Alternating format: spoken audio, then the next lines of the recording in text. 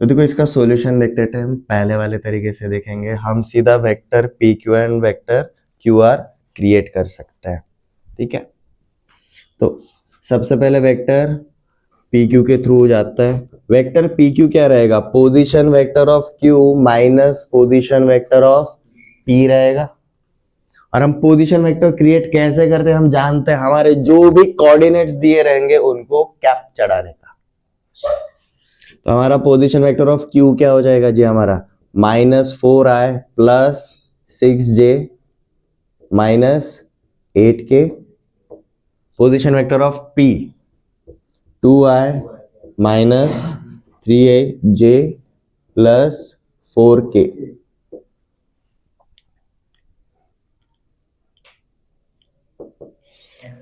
अब सेम वाले पार्ट साथ में लेकर चलो, -6i plus 9j minus and minus 12k। हमें ये क्या मिला जी, वेक्टर पी क्यू मिला। यू विल फाइंड आउट इनके जो भी कोएफिशिएंट्स रहेंगे, अगर उनका कोई अगर हाईएस्ट कॉमन फैक्टर अगर कॉमन निकाल सकते तो निकाल लो। क्या करना है, -3 कॉमन निकालता हूँ। ठीक है, -3 कॉमन निकालो तो ये क्या हो जाएगा, 2i cap minus 3j cap plus 4k cap. ठीक है, अब ध्यान देना ये पोजीशन वेक्टर ऑफ p है।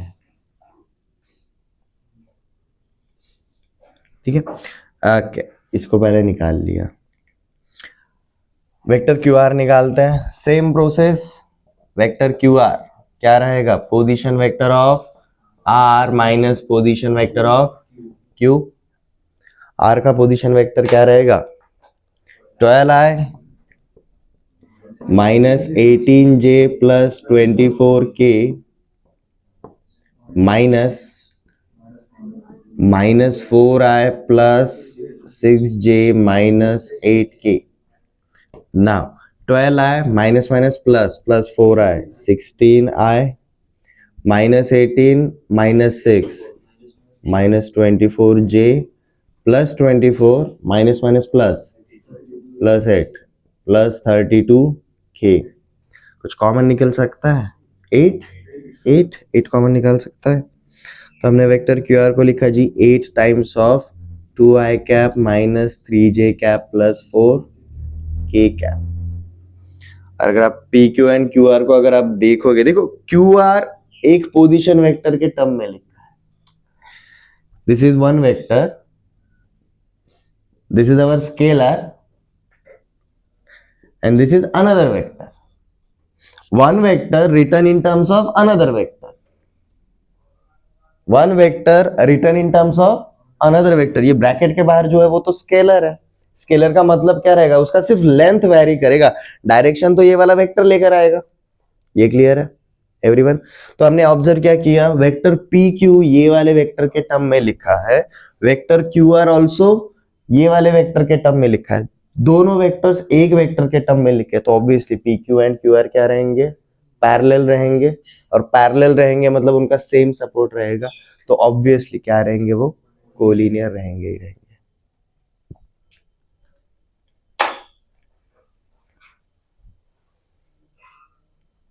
ये हो गया पहला तरीका। तो फिर पीआर का भी इसी तरीके से आएगा। हाँ सेम, देखो अब पी आर क्या आएगा, 12 माइनस 2 14 माइनस 18 प्लस 3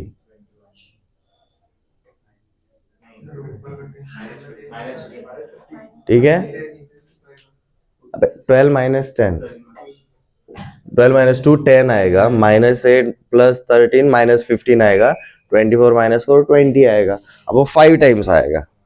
ठीक है, आप अगर सिमिलर तरीके से करोगे आपको मिलेगा जी 5 times of 2i cap minus 3j cap plus 4k cap, आपको ऐसा कुछ मिलेगा। फिर आपको रिलेशन भी पता चल जाता है। देखो ये 8 टाइम्स आया, ये -3 टाइम्स आया और ये 5 टाइम्स आया। इसको आप अरेंज कैसे कर सकते हो, like 8 minus 3 is equal to 5, या फिर 8 minus 3 minus 5 is equal to 0। समझ में आया? ये एक्स वाई और जेड के जैसा, थ्योरम 3 को फॉलो करता है।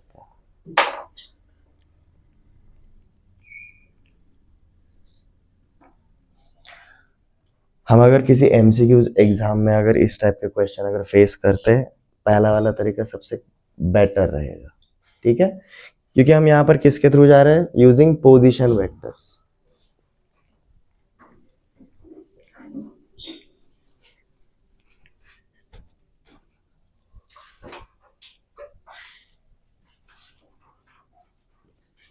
अब इसी को सॉल्व करने का अगर हमें दूसरा तरीका अगर देखना रहेगा, अगर पी क्यू आर कोलिनियर अगर रहेंगे तो ऑब्वियसली सेक्शन फॉर्मूले के थ्रू जाएंगे, सेक्शन फॉर्मूले को सेटिस्फाई करेंगे। पी क्यू आर मतलब अब यहाँ पर इनके पॉइंट्स अगर आप देखोगे, ये एक्सट्रीम पॉइंट्स है और ये आपका बीच में कहीं पे तो आता है, अगर आप ऑब्जर्व करोगे तो, ठीक है। ओके, यहाँ पर हम थ्योरम 3 को फॉलो करेंगे। हमारा थ्योरम 3 क्या है जी, पोजीशन वेक्टर्स के लिए, पोजीशन वेक्टर्स ऑफ 3 पॉइंट्स के लिए, x times of vector a plus y times of vector b plus z times of vector c is equal to 0 रहता है, बट कब, जब हमारा x plus Y plus z is equal to 0 रहेगा तब। अब यहाँ पर वेक्टर a मतलब अब क्या रहेगा आपका, वेक्टर p पकड़ के चलते हैं, वेक्टर q पकड़ के चलते हैं और वेक्टर r पकड़ के चलेंगे। और ये पोजीशन वेक्टर्स है, पोजीशन वेक्टर्स के लिए हमारे कोऑर्डिनेट्स अगर गिवन रहेंगे, is that more than enough, obviously.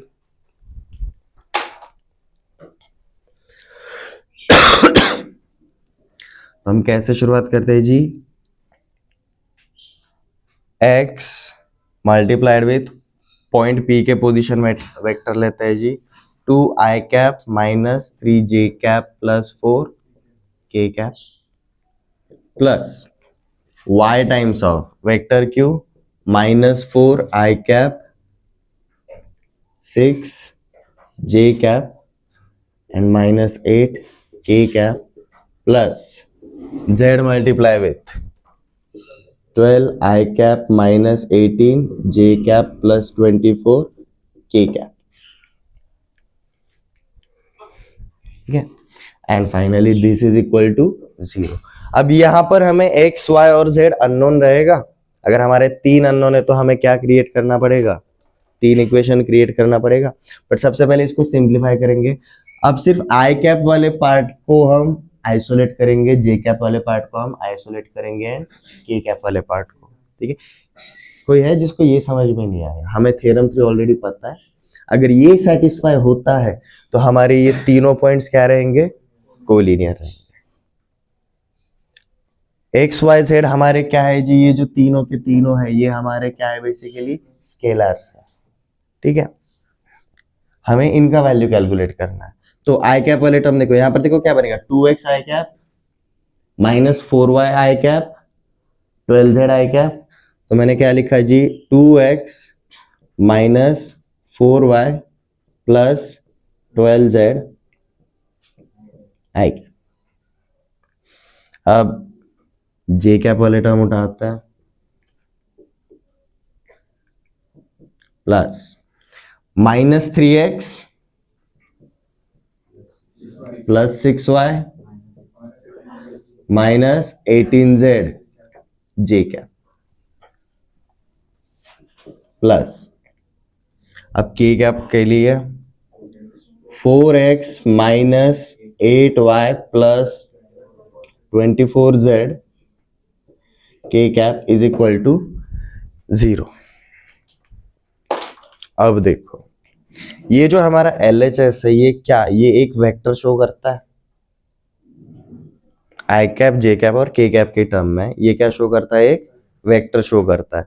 But इसके राइट हैंड साइड पे क्या है, 0।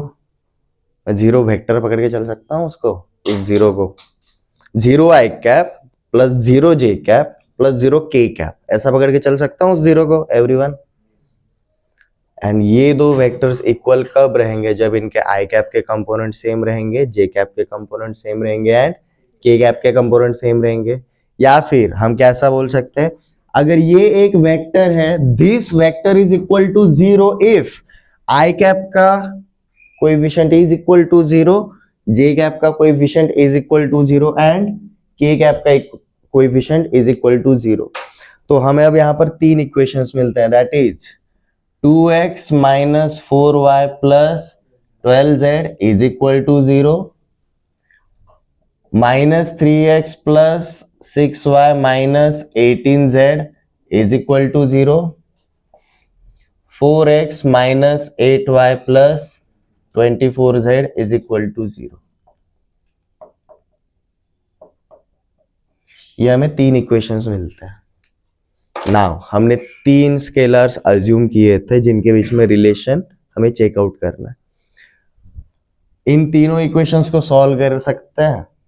We have three equations, three unknowns, तीनों के वैल्यूज मिलेंगे और तीनों के जो भी वैल्यूज मिलेंगे वो किसको सेटिस्फाई करने चाहिए, ये वाले पार्ट को, क्योंकि हमने यहां से शुरुआत किया।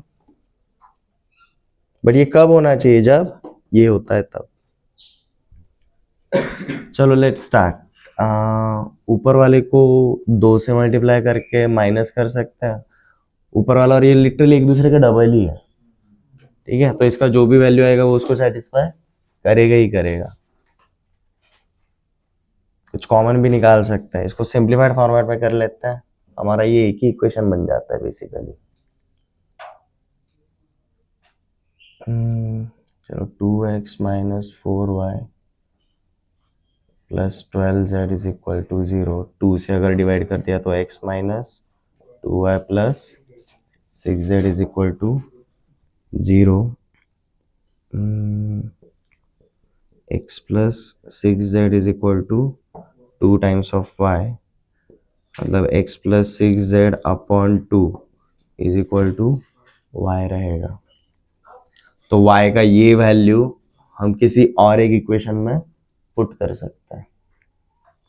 तो हमें सिर्फ x एंड z के अंदर, ये हमने इक्वेशन 1 से निकाला ना, तो इक्वेशन 2 एंड 3 के अंदर y का ये वैल्यू डाल देंगे तो हमें पूरा का पूरा इक्वेशन सिर्फ x एंड z के टर्म में मिलेगा।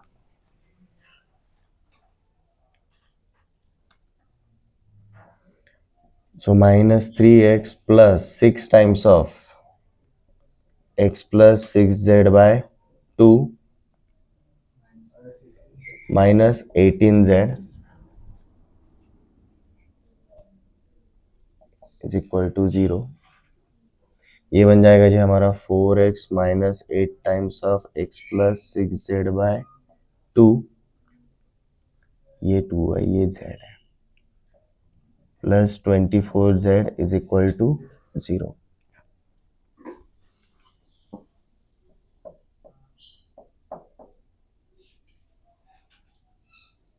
Plus 3x minus 3x and ये प्लस 24z माइनस 24z 0 हो जाता है।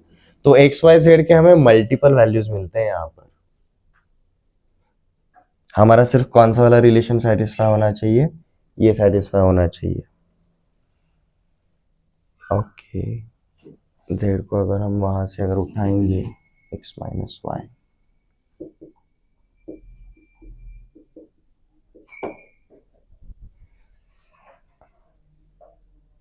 Minus of X plus Y,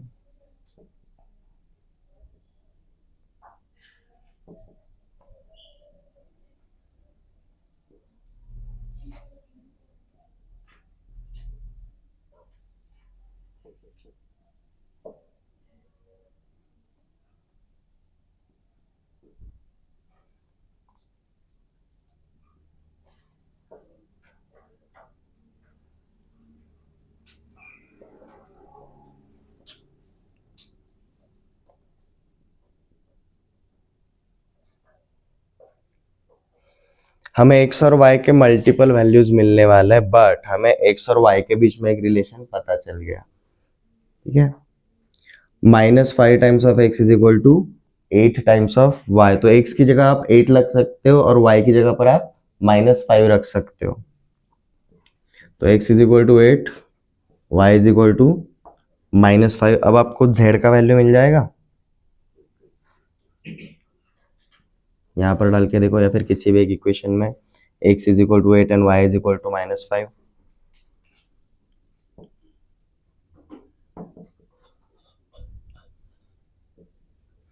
6z is equal to -18, तो z इज इक्वल टू क्या आएगा अब? -3 आया। अब देखो z, x और y, इनका एडिशन करो,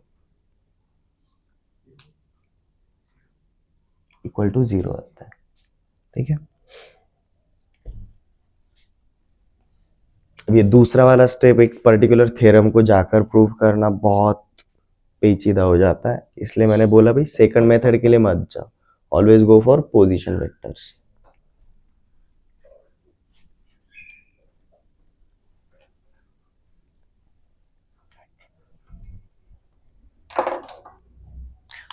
आज हम शुरू करेंगे जी हमारा next concept, that is coplanarity. Coplanarity of vectors, ये एक्चुअली कौन से डायमेंशन में आता है? जहां पर आपके एक से ज्यादा प्लेन रहे तब वहीं पर हम कोप्लेनैरिटी चेकआउट करेंगे ना, राइट? हम एक लाइन के ऊपर कोलिनियरिटी चेक करते हैं क्या? एक ही लाइन है, उसके ऊपर जो कुछ भी रहेगा सब कुछ कोलिनियर ही रहेगा। हम प्लेन में कोलिनियरिटी चेकआउट करते हैं, बराबर है? हम कार्टेशियन प्लेन पे थे, हम यहां पर कोलिनियरिटी चेकआउट करते थे, बिकॉज यहां पर अनगिनत इनफिनाइट लाइंस होती है, ठीक है? बट यहां पर कार्टेशियन प्लेन में प्लेन कितने होते हैं? एक ही प्लेन होता है। इस एक प्लेन पे जो कुछ भी रहेगा वो हमेशा क्या रहेगा? कोप्लेनर ही रहेगा, ठीक है, बराबर है? बट अगर हमें कोप्लेनरिटी अगर चेकआउट करना है फॉर नंबर ऑफ वेक्टर्स जिनमें वो नॉन कोप्लेनर भी हो सकते हैं, तो नॉन कोप्लेनर कहां पर हो सकता है? सिर्फ 3D में ही होगा, क्योंकि 2D में तो सब कुछ कोप्लेनर है।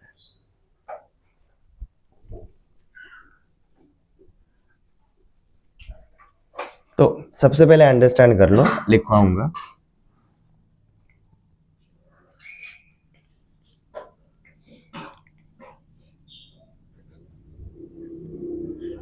This is our x axis, this is our y axis और this is our z axis, ठीक है? अब कोप्लेनरिटी अगर चेकआउट कर रहे हैं तो ये स्पेशल कंडीशन से ही शुरुआत करेंगे।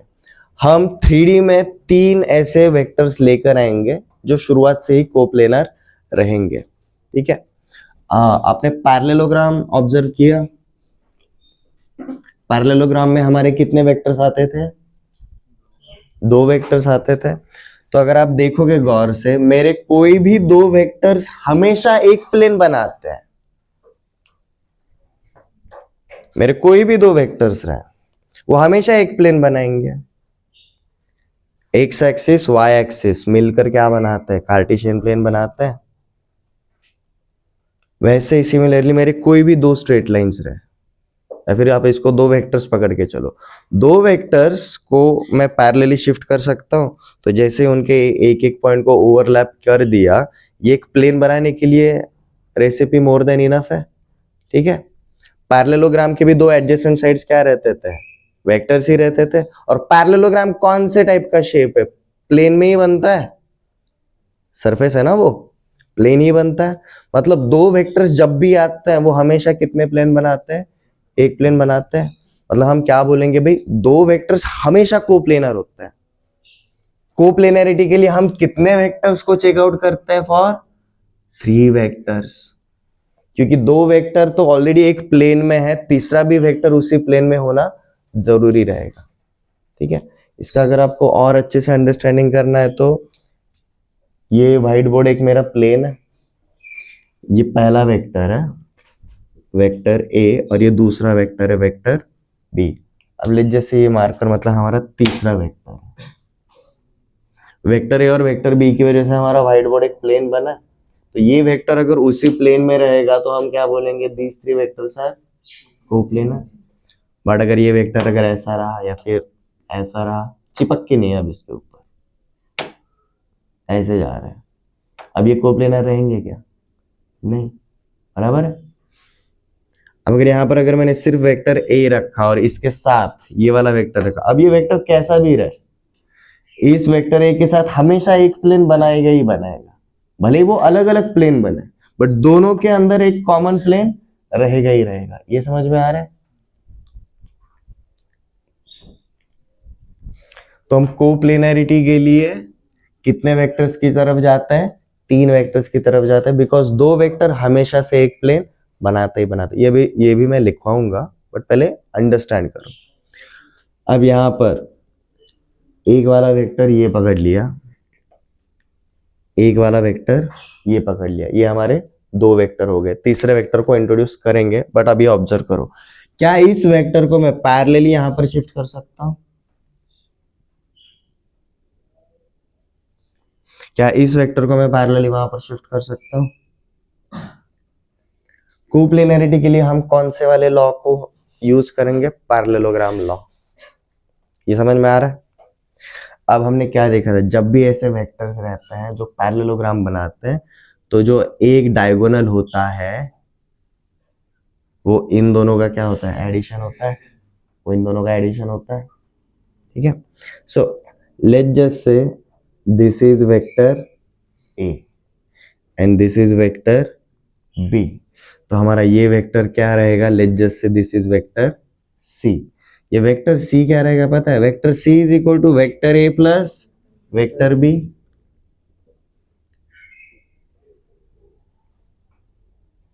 हमने एक वेक्टर को बाकी 2 वेक्टर्स के टर्म में लिखा, ट्रायंगल लॉ भी इसी के अंदर है। हमने एक वेक्टर को बाकी 2 वेक्टर्स के टर्म में लिखा।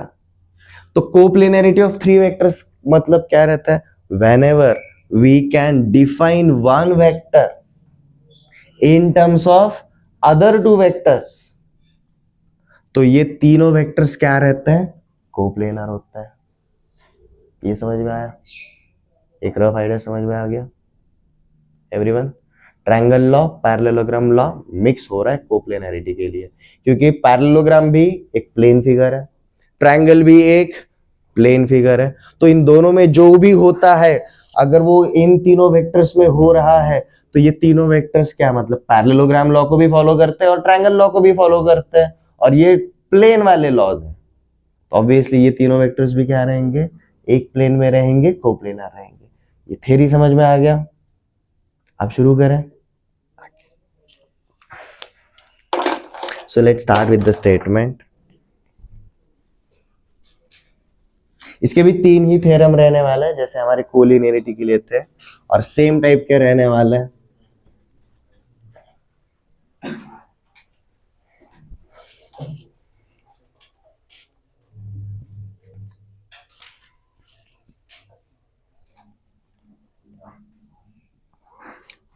कोप्लेनरिटी, अब यहां पर चाहे तो मेंशन करो जी, हम कोप्लेनरिटी 3 वेक्टर्स के लिए चेकआउट करेंगे, या फिर कितने पॉइंट्स के लिए? 4 पॉइंट्स के लिए।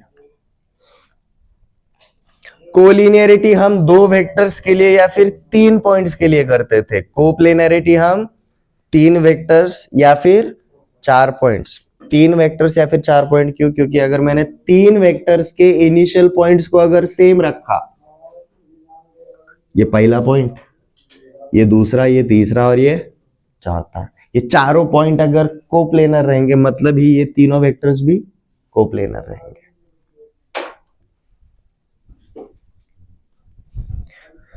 तो एक स्टेटमेंट से शुरुआत करते हैं जी। अ सिस्टम ऑफ वेक्टर्स और ग्रुप ऑफ वेक्टर्स, आप कुछ भी बोल सकते हो। A system of vectors is coplanar, a system of vectors is coplanar if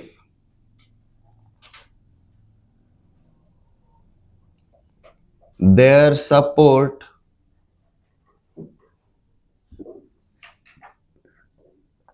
belongs in a same plane.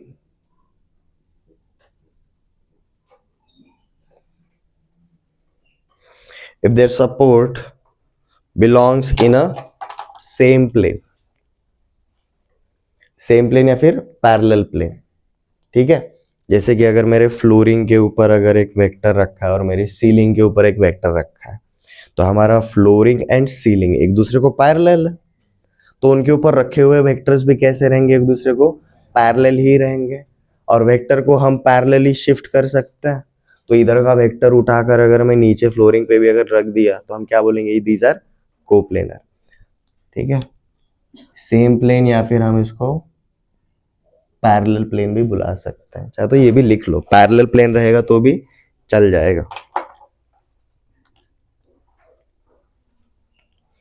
अब यहां पर हम एक डायग्राम क्रिएट करेंगे।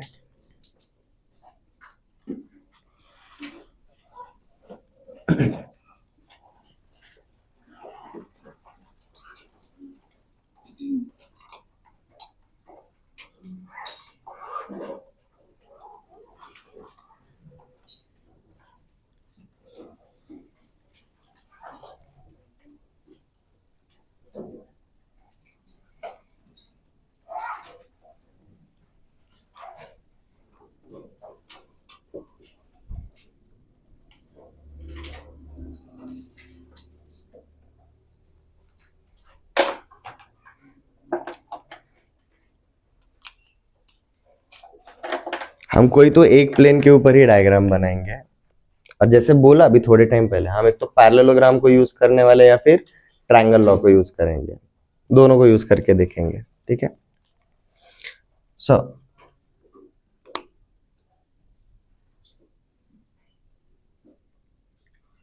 लेट्स जस्ट से, लाइट है क्या, ज्यादा लाइट शेड है क्या?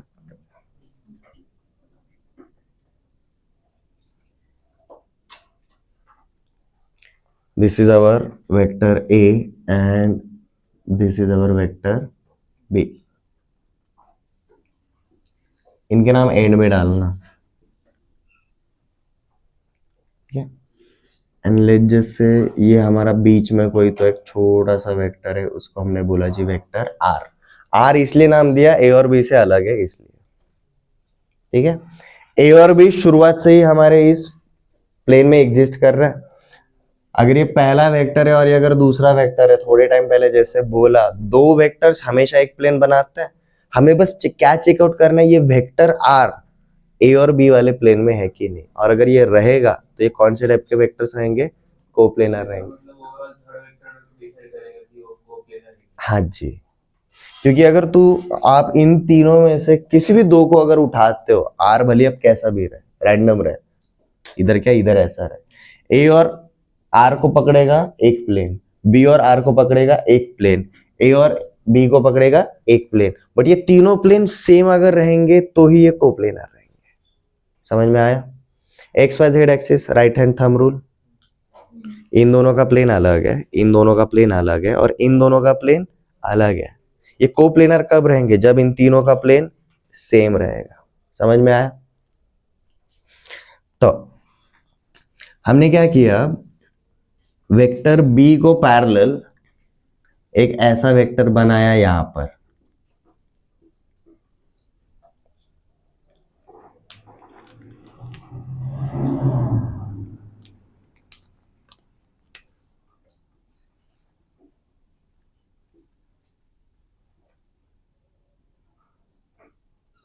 वेक्टर बी को पैरेलल, बट पैरेलल ही नहीं, लाइक जैसा सेम डायरेक्शन में एक वेक्टर इधर बनाया। ठीक है, और वेक्टर ए को पैरेलल यहां पर एक ड्रॉ किया।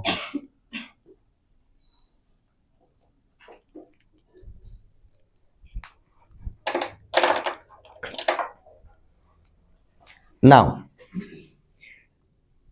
ये वाले डायग्राम के ऊपर, ये वाले शेप के ऊपर अब ध्यान देना, क्या ये एक पैरेललोग्राम बनाता है? बराबर है। हमारा ये बड़ा वाला वेक्टर ए है, ये एक छोटा वाला वेक्टर अज्यूम कर सकते हो, ऑब्जर्व कर सकते हो, यहां से लेकर यहां तक। अब मुझे एक बात बताओ, ये वाला वेक्टर और ये वेक्टर ए कोलिनियर है? कोलिनियर है। और हमने कोलिनियर में क्या देखा था, अगर कोई भी दो वेक्टर्स अगर कोलिनियर है, एक वेक्टर को हम दूसरे वेक्टर के टर्म में लिख सकते हैं। तो लेट जैसे अगर ये बड़ा वाला वेक्टर ए है, this is x times of vector A, scalar है, बस लेंथ छोटा हुआ है, डायरेक्शन सेम है। ये ऑब्जर्व हो रहा है? सेम चीज हम क्या करेंगे, ये जो वेक्टर बी है, यहां पर हमने ये वाला एक वेक्टर पकड़ लिया, ये छोटा वाला वेक्टर और ये ओरिजिनल वेक्टर, ये कोलिनियर है। तो हम ये छोटे वाले वेक्टर को अगर मैंने लिखा y times of vector b, चलेगा? ठीक है। अब पैरेललोग्राम लॉ के हिसाब से देखो, if this is y times of vector b then this is also y times of vector b, if this is x times of vector है then this is also x times of vector है। और vector r यहां से शुरू हो रहा है और यहां पर खत्म हो रहा है, तो यहां से लेकर यहां पर जाने का रास्ता क्या है? x times of vector a plus y times of vector b। तो मैं डायग्राम को देखकर ऐसा बोल सकता हूं, vector r is equal to x times of vector a plus y times of vector b। ये क्लियर है? और अब सब कुछ अगर मैं एक साइड पे अगर लेकर आता हूं, x times of vector a plus, सिर्फ डायग्राम बनाना, ये कैलकुलेशन अभी मत लिखना, y times of vector b, इधर का प्लस r उधर जाएगा तो minus r is equal to 0। ठीक है। अब यहां पर x y और r के साथ कौन है? -1 r के साथ कौन है? -1। ये तीनों क्या रहेंगे? स्केलर्स रहेंगे। तो हम क्या बोल सकते हैं? Vector a, vector b and vector r, vector a, vector b and vector r are coplanar if some scalar into vector a plus some scalar into vector b plus some scalar into vector r is equal to 0। अगर ये 0 नहीं आएगा तो ये coplanar नहीं होंगे, अगर ये 0 आएगा तो ये कोप्लेनर रहेंगे। बट ये स्केलर भी कौन से टाइप के रहेंगे? नॉन जीरो, कोलिनियरिटी के जैसा ही है। सम स्केलर मतलब any, not SUM, SOME, some scalar.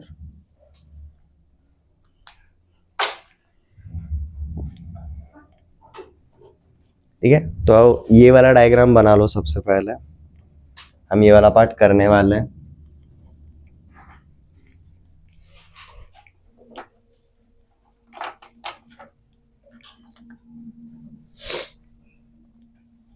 So let vector A and vector B are any two non-zero, non-collinear। अब देखो A और B को हम नॉन जीरो और नॉन कोलिनियर ले रहे जानबूझ के, non collinear vectors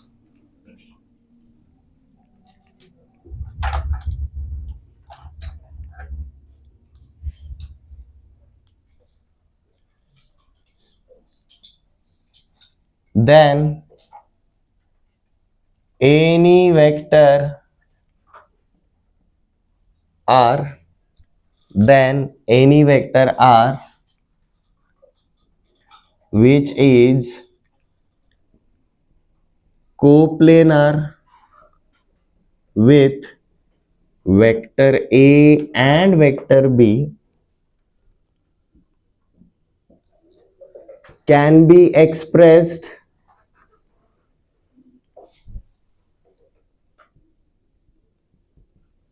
uniquely in terms of A and B।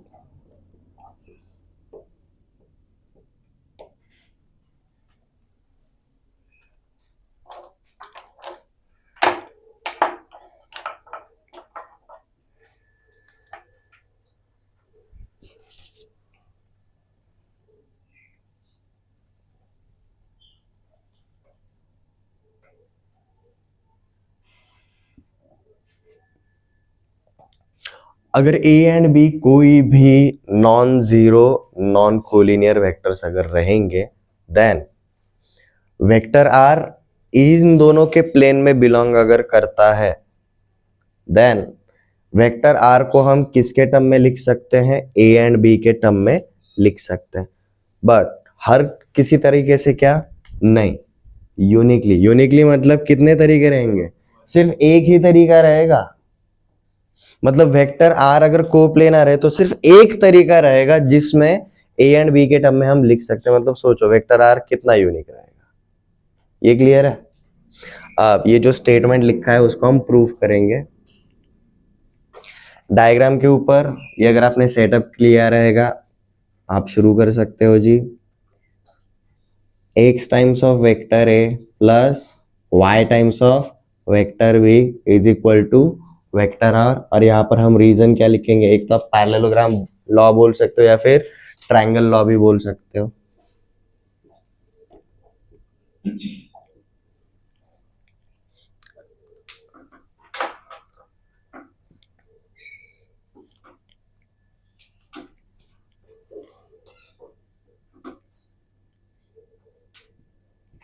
तो देखो हमें क्या मिला, vector r is equal to X times of vector a plus Y times of vector b। और यहाँ पर हम क्या बोलेंगे, here x and y are non zero scalars.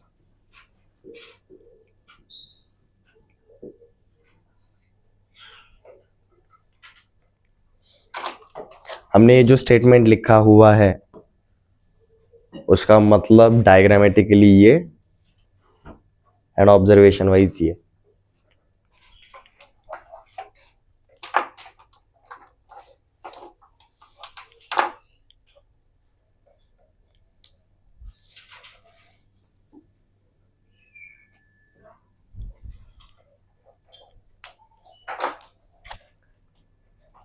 यहाँ पर हर जगह पर एक एक अलग अलग वेक्टर आ रहा है, मतलब एलएचएस में एक वेक्टर है, आरएचएस में भी एडिशन के पहले सिर्फ एक ही वेक्टर है, उसके बाद भी एक ही वेक्टर है, मतलब वेक्टर का ही एडिशन या फिर सब्ट्रैक्शन करके आ रहा है हमारा तीसरा वाला वेक्टर। ठीक है, तो हम कैसा बोल सकते हैं, यहाँ पर हम एक ऑब्जर्वेशन क्रिएट करेंगे।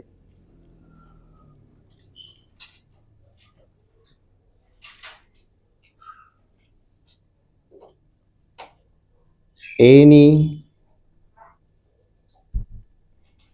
एनी से नहीं करते शुरुआत,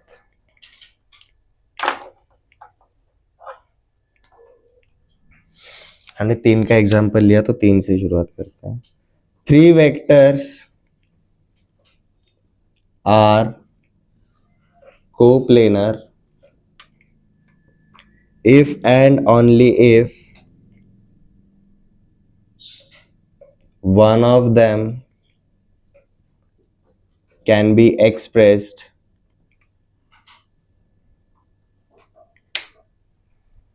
if and only if one of them can be expressed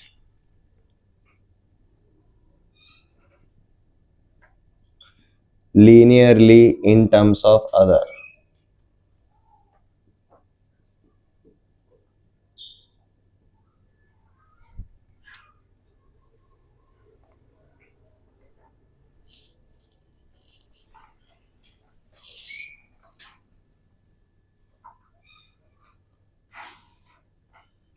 linearly की जगह आप ऐसा बोल सकते हो, expressed in linear combination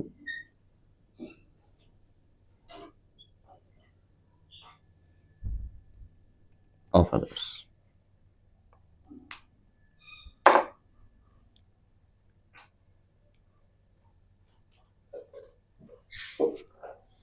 coplanarity समझ में आ रहा है। कोलिनियरिटी के लिए हमने ये पार्ट नहीं देखा क्योंकि कोलिनियरिटी 2D में होता है, हमने स्ट्रेट लाइन में देखा हुआ। कोप्लेनरिटी किधर रहता है, 3D में ही आएगा। ठीक है, तो पहले कोप्लेनरिटी क्या रहता है पहले हमें वो अंडरस्टैंड करना था, इसलिए हमने ये वाला पार्ट देखा। कोप्लेनरिटी हम कम से कम कितने वेक्टर्स के लिए चेकआउट करेंगे, फॉर 3 वेक्टर्स। जब भी कोई 2 वेक्टर्स आते हैं हमेशा कितने प्लेन बनाते हैं, एक प्लेन बनाते ही बनाते हैं। तो अगर हम 3 वेक्टर्स के लिए चेकआउट कर रहे हैं तो हमने पहले 2 वेक्टर्स को लिया और एक प्लेन उनका पकड़ लिया। तीसरा वेक्टर जो रहेगा वो उनके साथ अगर कोप्लेनर अगर रहता है तो ऑब्वियसली हम क्या अप्लाई कर सकते हैं, आइदर ट्रायंगल लॉ या फिर पैरेललोग्राम लॉ अप्लाई कर सकते हैं। उसके हिसाब से हमें ये मिला। हमने क्या देखा, वेक्टर आर अज्यूम किया था हमने, हम वेक्टर आर को जो पहले से वेक्टर लिए थे vector A and vector B इन दोनों के टर्म में लिख सके with the help of some scalars. तो हमने क्या ऑब्जर्व किया यहाँ पर, भाई 3 वेक्टर्स कोप्लेनर रहेंगे अगर तीनों में से किसी भी एक वेक्टर को हम बाकी 2 के साथ एक्सप्रेस कर सके। ये क्लियर है। अब आते हैं जी इनके थ्योरम्स के ऊपर। थ्योरम्स इसी सेटअप के ऊपर डिपेंड करता है। चले आगे। इनके जब हम थ्योरम्स देख रहे हैं तो प्लीज कोप्लेनरिटी के थ्योरम्स एंड कोलिनियरिटी के थ्योरम्स कंपेयर फॉर श्योर करो। सिर्फ एक डायमेंशन का डिफरेंस है। कोलिनियरिटी 2D में चेकआउट कर रहे थे हम, कोप्लेनरिटी 3D में कर रहे हैं। कोलिनियरिटी फॉर 2 वेक्टर्स था, कोप्लेनरिटी फॉर 3 वेक्टर्स है।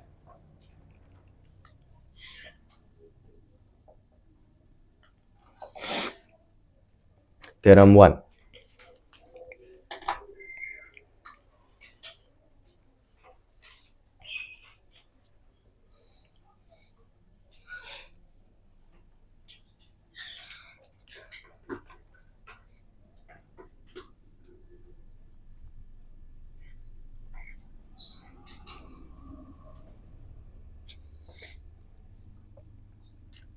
three vectors,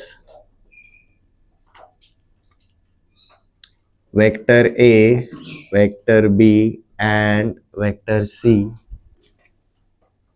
are coplanar if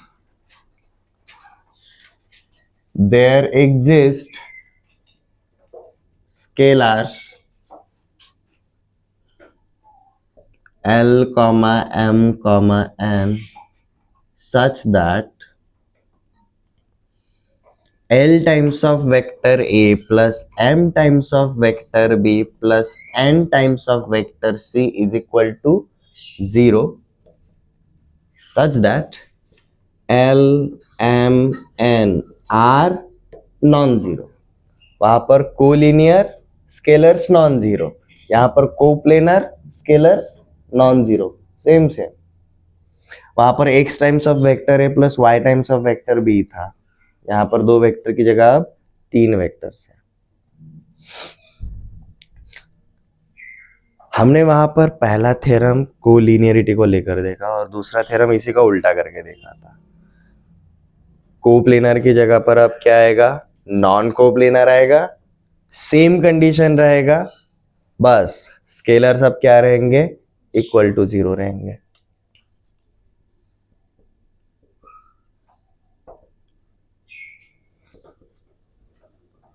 three non coplanar vectors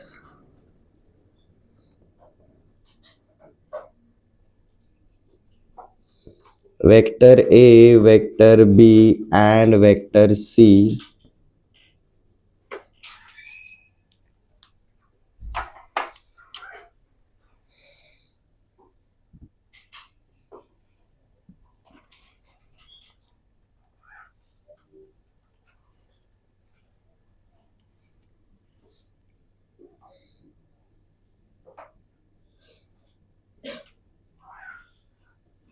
satisfies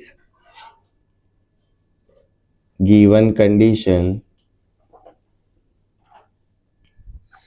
L times of vector A plus M times of vector B plus N times of vector C is equal to 0 when L is equal to M is equal to N is equal to 0।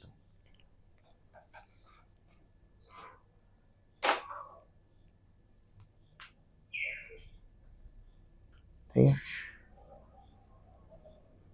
अब देखो ये theorem को prove करना उतना hard नहीं है, बहुत easy है।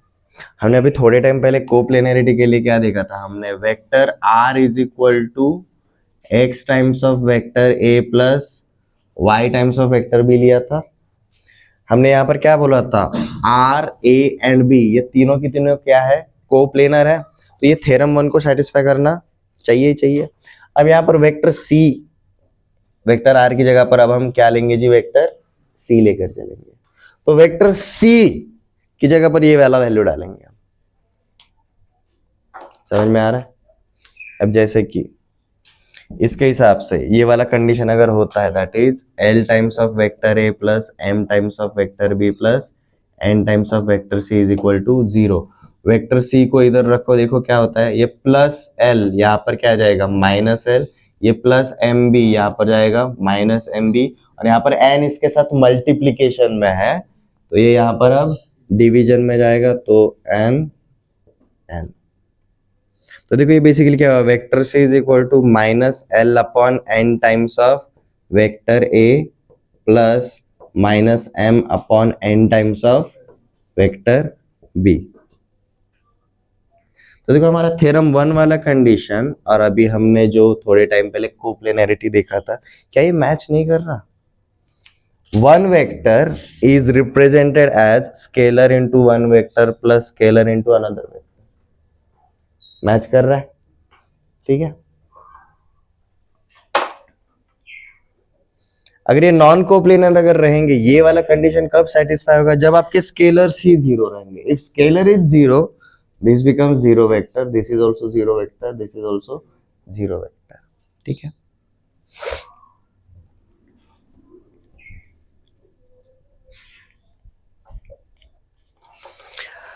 अब आते जी थ्योरम 3 के ऊपर। अब थ्योरम 3 मतलब क्या है? कोप्लेनैरिटी ऑफ 4 पॉइंट्स। तीन वेक्टर्स को अगर हमने उनका इनिशियल पॉइंट अगर सेम रखा, this is my first vector, this is my second vector and this is my third vector, हमने डायग्राम भी ऐसे ही बनाया था। तो ये कितने पॉइंट्स को इन्वॉल्व कर रहा है? This is first point, this is second, this is third and this is fourth point. तो मतलब ये वेक्टर ए, वेक्टर बी और वेक्टर आर की जगह पर पॉइंट 12, पॉइंट 13 एंड पॉइंट 14 बोला तो कुछ गलत है क्या? नहीं, ठीक है। तो मतलब हमारे 4 पॉइंट्स का अब हम कोप्लेनैरिटी देखेंगे। और अगर ये 4 पॉइंट्स रहेंगे, 4 पॉइंट्स रहेंगे तो हमारे पोजीशन वेक्टर्स भी कितने रहेंगे? अब 4 रहेंगे।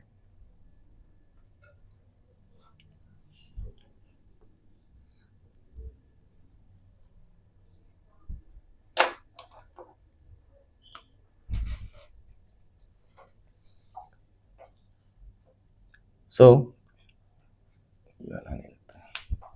4 points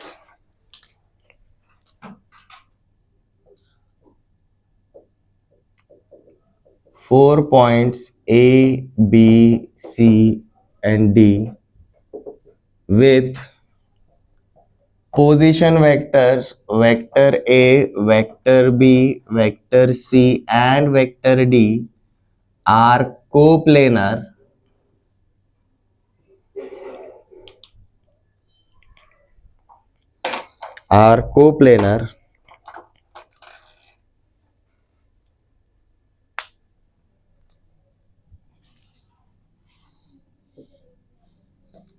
if there exist scalars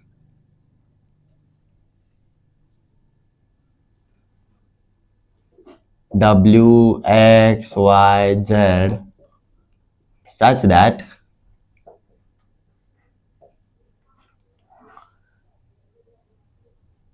W times of vector A plus X times of vector B plus Y times of vector C plus Z times of vector D। आप ये आगे पीछे अगर करना चाहते हो तो भी चल जाएगा, मैटर नहीं करता आप किसके साथ क्या जोड़ रहे हो। X times of vector A plus Y times of vector B plus Z times of vector C plus W times of vector D is equal to 0, where वहां पर जो कोलिनियरिटी के लिए कंडीशन था वो क्या था? 3 पॉइंट्स के लिए उनके स्केलर्स का एडिशन मस्ट बी 0। यहां पर भी same, where W plus X plus Y plus Z is equal to 0। तीनों थ्योरम्स मेल खाते हैं, इधर के 3 और उधर के 3 सेम है, ठीक है। डिफरेंस क्या है? Collinearity is for how many vectors? 2 vectors, या फिर कितने points? 3 points. Coplanarity is for how many vectors? 3 vectors, या फिर कितने पॉइंट्स? 4 पॉइंट्स। पहला थ्योरम दोनों का, एक तो कोलिनियरिटी के लिए है या फिर कोप्लेनैरिटी के लिए, दूसरा थ्योरम दोनों का नॉन कोलिनियर वेक्टर्स के लिए या फिर नॉन कोप्लेनर वेक्टर्स के लिए, और जो तीसरा थ्योरम है दोनों का पॉइंट्स के लिए, आइदर 3 पॉइंट्स और 4 पॉइंट्स के लिए। ये क्लियर है? और कंडीशंस भी सेम है। तो ये याद रखना उतना हार्ड नहीं होना चाहिए।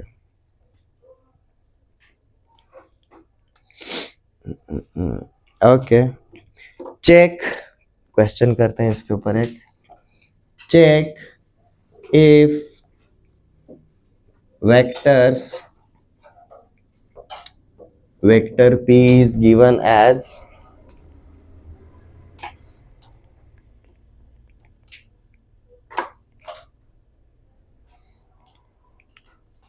vector a minus 2 vector b plus 3 vector c।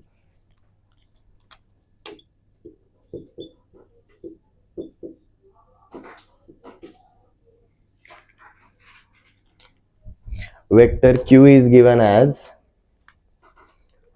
vector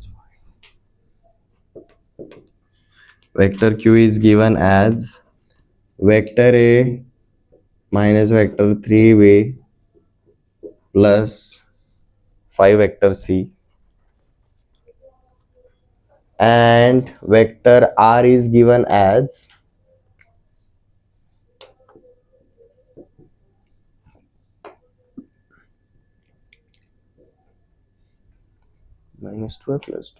minus 2 times of vector a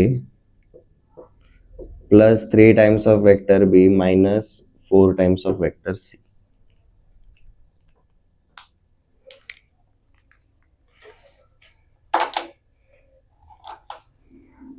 Check if vectors p, q and r are coplanar।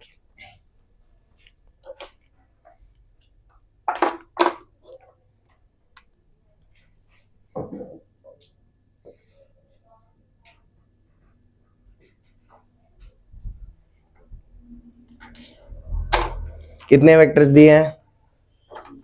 3 vectors दिए हैं, ठीक है। अब तो 3 वेक्टर्स दिए तो थर्ड थ्योरम के लिए जाएंगे क्या? कौन से थ्योरम के लिए जाएंगे, पहले या फिर दूसरे? पहले या फिर दूसरे क्यों बोला है? क्योंकि पहले एंड दूसरे थ्योरम में जो पार्ट है वो तो भाई सेम ही है, एक तो ये सेटिस्फाई करेगा या फिर ये सेटिस्फाई करेगा, बट दोनों जगह पर आपका किसका वैल्यू चेंज हो रहा है? स्केलर्स का। स्केलर अगर 0 रहेंगे तो ये तीनों वेक्टर्स नॉन कोप्लेनर, स्केलर अगर नॉन 0 रहेंगे तो ये तीनों वेक्टर्स कोप्लेनर रहेंगे, ठीक है। तो हम थ्योरम 1 के लिए जाएंगे। How can we start? अगर ये हमारे कोप्लेनर रहेंगे तो हम एक वेक्टर को दूसरे 2 वेक्टर्स के टर्म में लिख सकते हैं क्या? पैरेललोग्राम लॉ या फिर ट्रायंगल लॉ। तो जो हमें चेक करना है हम अज्यूम करके चलते हैं। Let vector p, vector q and vector r are coplanar. तो क्या मैं ऐसा लिख सकता हूं, vector r is equal to x times of vector p plus y times of vector q होना चाहिए। x और y कोई भी यूनिक स्केलर्स रहेंगे।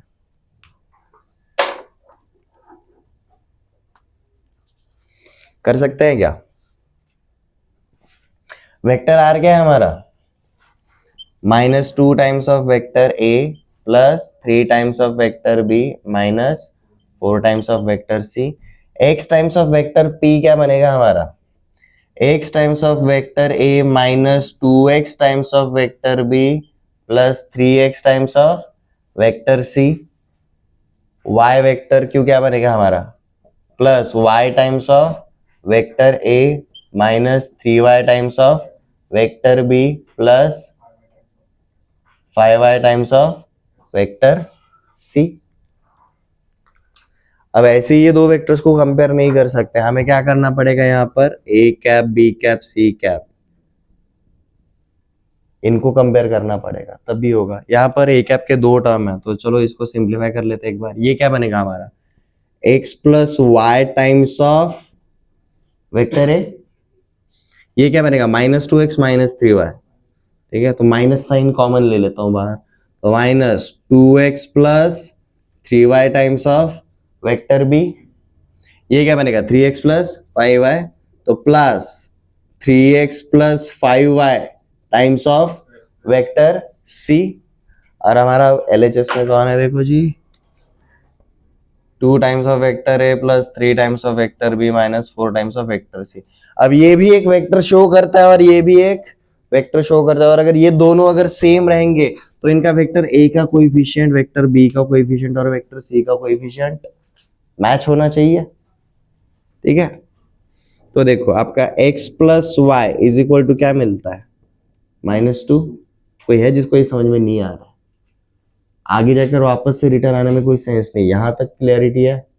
ओके, यहां पर देखो -2x minus of 2x plus 3y is equal to +3, तो -2x minus of 3y is equal to +3, 3x plus 5y is equal to -4, 3x plus 5y is equal to -4। अब आपको दो unknown है but equations कितने मिले हमें, 3 मिले, तो कोई भी दो इक्वेशंस को सॉल्व करो, आपको किसका वैल्यू मिलेगा, x और y का वैल्यू मिलेगा। बट ये जो x और y का वैल्यू रहेगा वो किसको सेटिस्फाई करना चाहिए, तीसरे को करना चाहिए।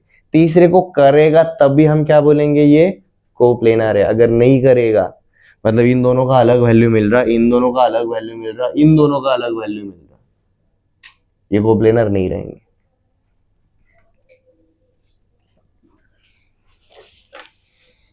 तो 3x plus 5y is equal to -4।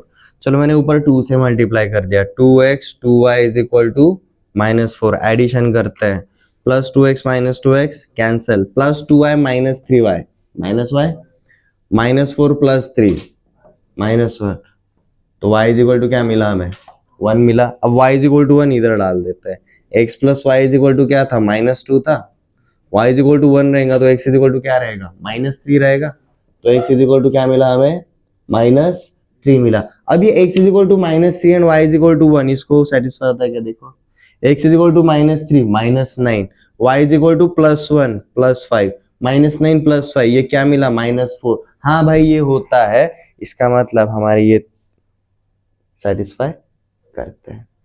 अब आप बोलोगे कि सर ये x और y निकाल के फायदा क्या है, ये x और y का वैल्यू आप इधर डालो,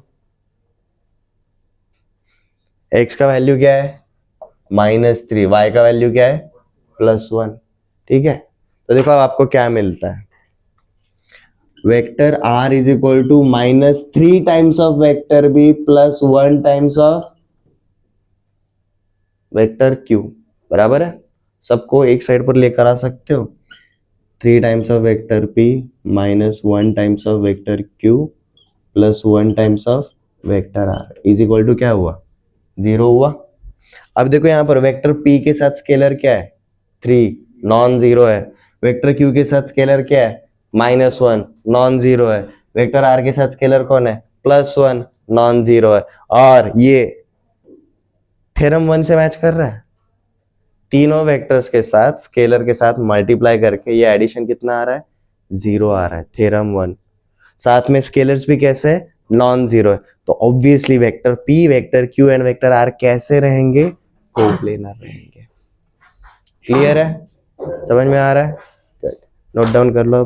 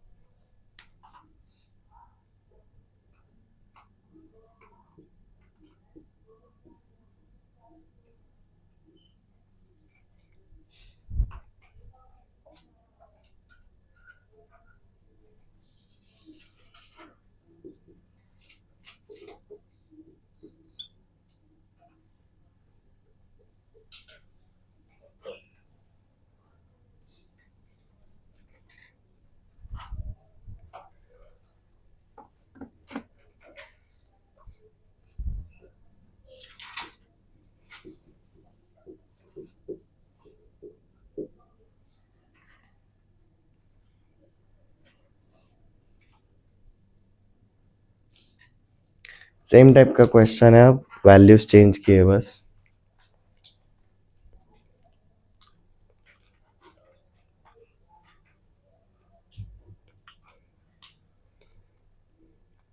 check if vectors p q and r are coplanar. हम शुरुआत वापस से कैसे करेंगे, अज्यूम करके ही चलेंगे। Let p q r are coplanar, तो हम किसी भी एक वेक्टर को बाकी दो वेक्टर्स के टर्म में लिख सकते हैं।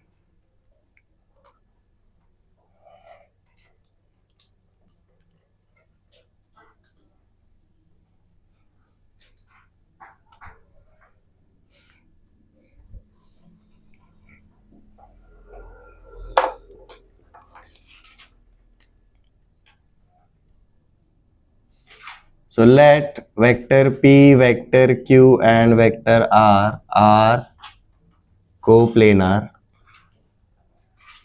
हमने पकड़ लिया जी लेजिस से, इस बार उल्टा पकड़ते हैं। Vector p is equal to x times of vector q plus y times of vector r।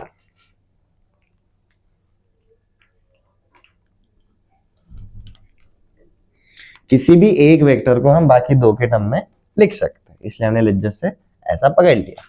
ठीक है, तो यहाँ पर क्या मिलेगा, 2 times of vector a minus vector b plus 3 times of vector C is equal to x times of vector q, मतलब क्या आएगा, x times of vector a plus x times of vector b minus 2x times of vector c and y times of vector r, मतलब आएगा हमारा plus y times of vector a plus y times of vector b minus 3y times of vector c। Simplify कर लिया जी, हमें क्या मिला, x plus Y times of vector a plus x plus Y times of vector b minus, minus sign common ले लेते हैं, 2x plus 3y times of vector c is equal to what, is equal to what, 2 times of vector a minus 1 times of vector b plus 3 times of vector सी। ये भी एक vector show करता है, वो भी एक वेक्टर शो कर रहा है, और ये दोनों वेक्टर्स क्या बोला है, इक्वल है, और इनके साथ में जो कंपोनेंट्स है वो भी सेम है, तो इनके कोएफिशिएंट्स भी क्या करने चाहिए, मैच करने चाहिए। तो देखो क्या होगा, x plus y, vector a का साथ ही यहाँ पर, और यहाँ पर कौन है 2, यहाँ पर x प्लस वाई, यहाँ पर कौन है -1, और यहाँ पर 2x plus 3y is equal to, मैंने -3 लिख दिया, उसका माइनस साइन भी इसका माइनस साइन आएगा ना, उसको माइनस साइन लगाएंगे तो वो पॉजिटिव हो जाएगा, इसको माइनस साइन लगाएंगे तो ये निगेटिव हो जाएगा। पहले तो इक्वेशन देखते से पता चल जाता है भाई ये इम्पॉसिबल है, ज्यादा x plus y is equal to 2 and x plus y is equal to -1 होता ही नहीं है। ठीक है, चलो स्टिल हम एक जगह से कंफर्म कर ही लेते हैं।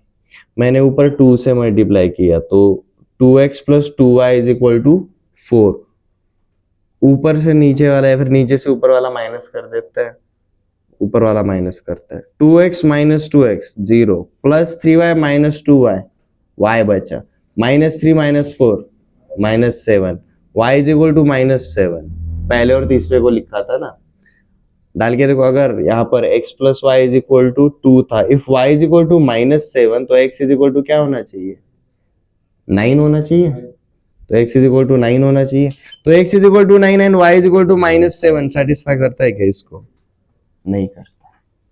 पहले और तीसरे इक्वेशन की मदद से हमने जो x और y का वैल्यू निकाला वो सेकंड इक्वेशन को सेटिस्फाई नहीं कर रहा है, इसका मतलब ये तीनों वेक्टर्स हमारे कोप्लेनर नहीं है।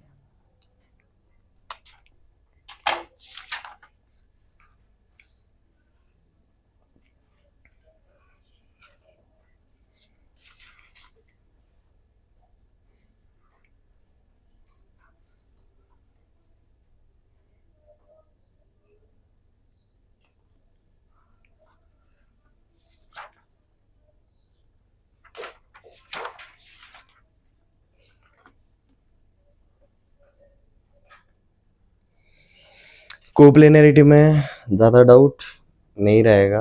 ठीक है, since it's a part of a 3D हमें अभी अभी जस्ट इंट्रोड्यूस हो रहा है। ठीक है, तो बेसिकली हमें बस ये थ्योरम्स पता होने चाहिए, थ्योरम्स आपका अंडरस्टैंडिंग के लिए हेल्प करेगा, बट क्वेश्चंस को कैसे सॉल्व करने हैं समझ में आ गया। ओके, सीधा थ्योरम जो रहता है उनके कंडीशंस अज्यूम करके चलेंगे। पकड़ के चलेंगे।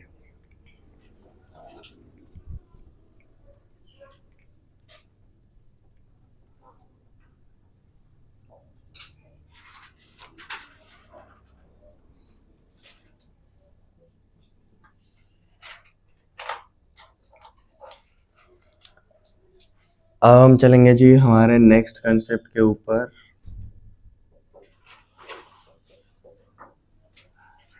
Direction, cosines and direction ratios. हम थोड़ा थोड़ा करके 3D में एंट्री मार रहे हैं अब, ठीक है। ये direction, cosines and direction ratios, please pay attention. यहाँ पर ये direction, cosines and direction ratios कहाँ पर एग्जिस्ट करते हैं? Only in 3D, only in 3D। ये 2D में नहीं आते, ये 2D में कभी नहीं आते। हमने इसलिए कोप्लेनरिटी से शुरुआत किया। कोप्लेनरिटी मतलब भाई तीन वेक्टर्स जो अलग अलग प्लेन में हो सकते हैं, ये 3D में ही होगा। तो अब 3D में जा ही रहे हैं तो वहां पर हमें direction, cosines and direction ratios पता होने चाहिए। अब ये क्यों पता होने चाहिए उसके ऊपर भी आता है। हमारा जो वेक्टर था 2D के अंदर, वो 2D के स्ट्रेट लाइन का छोटा सा पार्ट था, बट वो पूरा का पूरा एक ही प्लेन में बिलोंग करता है, बराबर है। दैट इज कार्टेशियन प्लेन के ऊपर। यहां पर ऑब्जर्व करना, आज ये डायग्राम बड़ा बनाना भाई।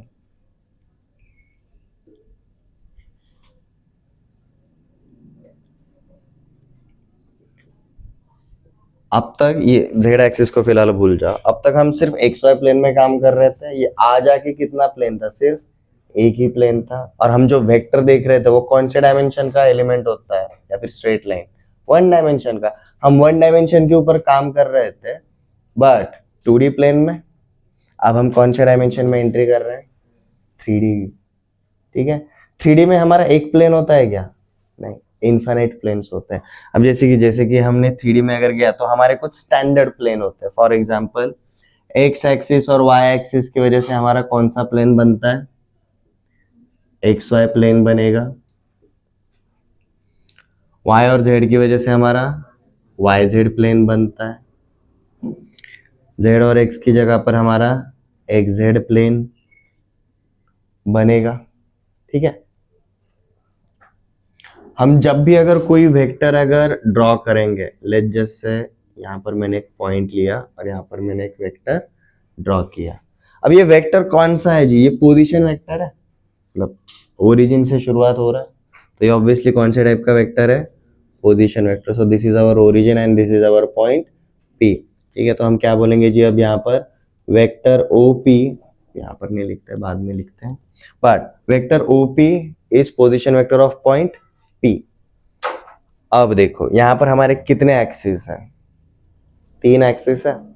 ये पोजीशन वेक्टर ओरिजिन से शुरुआत हो रहा है, तो ये जो पोजीशन वेक्टर रहेगा यहाँ पर एक्स एक्सिस के साथ एक एंगल बनाता है। देखो हम उस एंगल को लेजस से पकड़ के चलते हैं, अल्फा। ओरिजिन से पॉइंट पी की तरफ भी जा रहा है, ओरिजिन से वाई एक्सिस की तरफ भी जा रहा है, तो ऑब्वियसली ये यहाँ पर भी एक एंगल बनाता है। हमने उस एंगल को पकड़ लिया जी बीटा।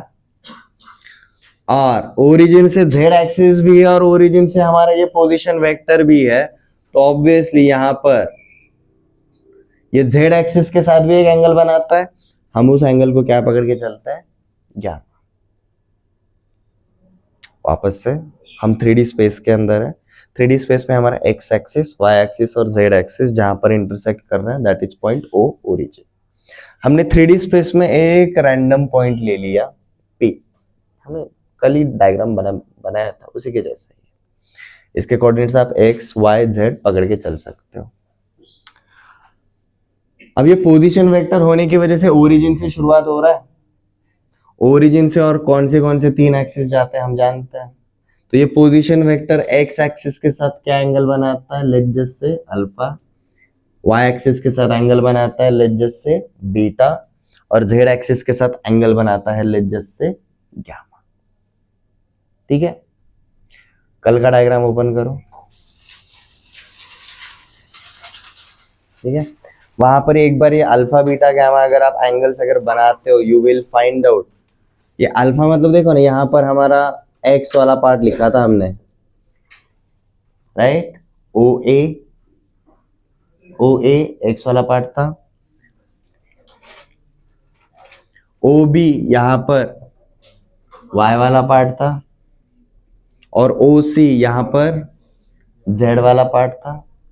मुझे एक बात बताओ, ये एंगल जिस तरीके से लिखा है और वो परपेंडिकुलर हमने जिस तरीके से डाले थे, ये पोजीशन वेक्टर के लिए हर एक एक्स, हर एक वाई और हर एक जेड क्या रहेगा, एडजेसेंट साइड रहेगा।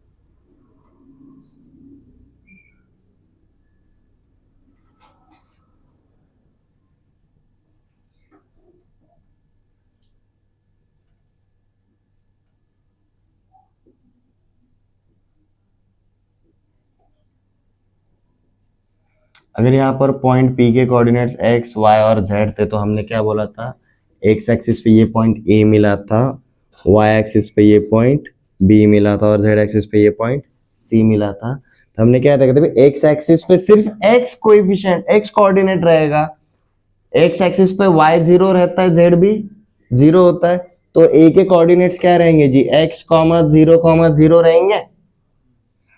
y एक्सिस पे सिर्फ y कोऑर्डिनेट रहता है, वहां पर x और z कोऑर्डिनेट क्या रहता है, जीरो रहेगा, तो b का कोऑर्डिनेट क्या रहेगा, zero comma y comma zero. Similarly यहां पर सिर्फ जीरो कॉमा z रहेगा, ठीक है। और x एक्सिस में ये o से लेकर a तक का मतलब कौन सा डायरेक्शन है, x डायरेक्शन, ये y, और यहां पर सिर्फ z, ये लेंथ रहेंगे। अब हमने देखो ये एंगल बना है अल्फा बीटा और गामा। अब मुझे एक बात बताओ, ये ओ पी और ये ए को अगर जोड़ा, ठीक है, तो ये राइट एंगल ट्रायंगल नहीं बनता।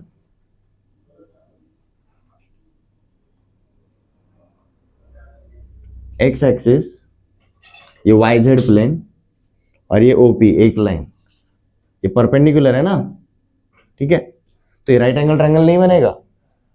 और यहां पर हमें ये एंगल अल्फा बोलना है, ठीक है। तो देखो ये एक्स है, ये एक पार्ट है, और ये लेंथ हमारा क्या है, वेक्टर ओपी है।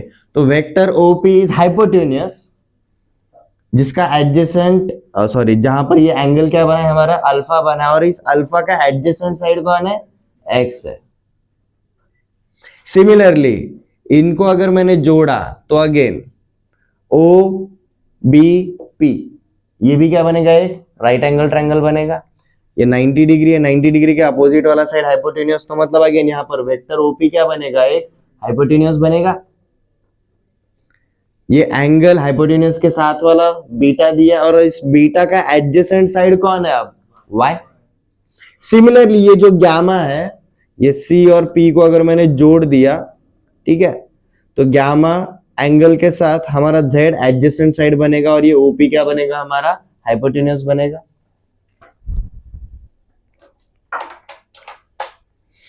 तो फॉर एनी ट्रायंगल, ठीक है, हमारा O हमेशा एक साइड पे रह रहा है, हमारा P के साथ हमेशा हाइपोटेन्यूस बना रहा है, एक तो यहाँ पर A आ रहा है या फिर B आ रहा है या फिर C आ रहा है। जब A रहेगा तो हमारा यहाँ पर एंगल अल्फा आएगा, ये है, और ये हमारा वेक्टर OP है। OA हमारा क्या है डायग्राम के हिसाब से, X है।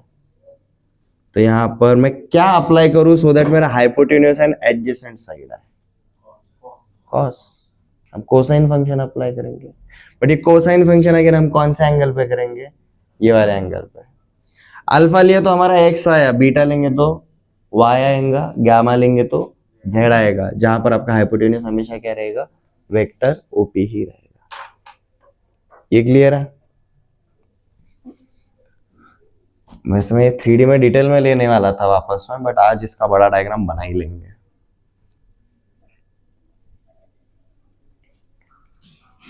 ये डायग्राम एक पेज का अगर जाता है तो जाने तो, डजेंट मैटर।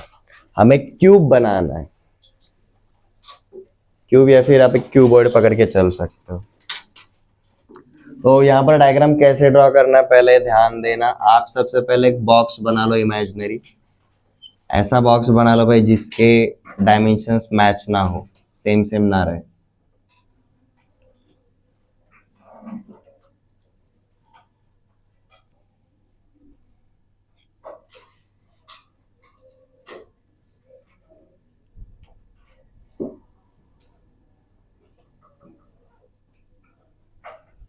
हो जाएगा। अब उसमें से जो पिछला वाला पार्ट है ना, उसको क्या पकड़ के चलो आप, ओरिजिन पकड़ के चलो। और फिर ये जो पिछले वाले लाइन से इनको हम क्या लेकर चलेंगे, सीधा axis. This is z axis, this is x axis and this is y axis. पहले एक्सिस बना के ये पॉइंट बनाने में आपको दिक्कत जाता होगा, तो इसलिए पहले बॉक्स बना लो, उसके बाद एक्सिस डाल देंगे।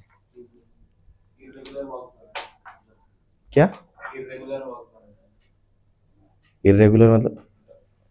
हाँ, x direction, y direction, z direction में कोई भी पॉइंट ओवरलैप मत होने दो। मतलब अगर मैंने पॉइंट ये ओ बोला और ये उसके अपोजिट कॉर्नर वाला पॉइंट अगर पी बोला, ठीक है, तो ओवरलैप मत होने दो, ठीक है। और ये बड़ा डायग्राम इसलिए बोल रहा हूं क्योंकि हमें हर एक पॉइंट के कोऑर्डिनेट्स लिखने हैं, हर एक पॉइंट के।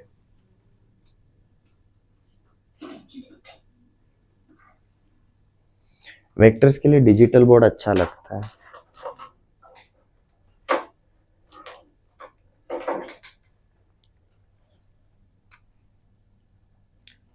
हमने एक्स एक्सिस पे पॉइंट लिया जी ए, हमने वाई एक्सिस पे पॉइंट लिया बी, हमने जेड एक्सिस पे पॉइंट लिया सी। अब ये बताने की जरूरत नहीं है कि भाई हर प्लेन में और एक्सिस के अंदर आपका 90 डिग्री बन रहा है, ठीक है। ये ए और बी ये वाले साइड पे हमने ले लिया जी लेजस से क्यू, ये बी और सी ये वाले साइड पे ले लिया जी लेजस से आर, और ये जो पार्ट है यहाँ पर ले लिया जी हमने एस।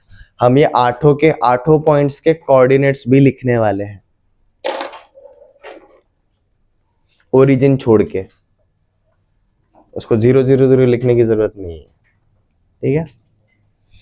अब देखो हमने क्या किया, ओ और पी डायगोनली अपोजिट साइड के हैं, ये समझ में आ रहा है। ओ देखो लेफ्ट बैक बॉटम पे है, पी राइट फ्रंट टॉप पे है। तो ओ से लेकर पी को कनेक्ट करने वाला हम ये जो भी बनाएंगे ये हमारा क्या रहेगा, वेक्टर ओपी रहेगा।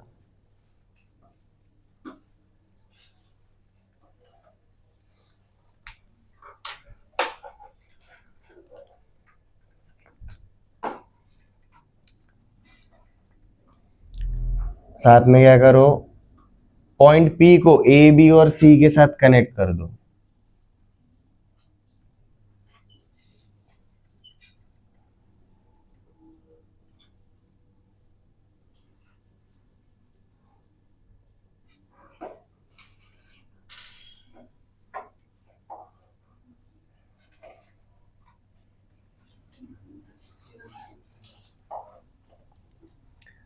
ये हमारा एक्स वाई प्लेन, ये हमारा वाई जेड प्लेन,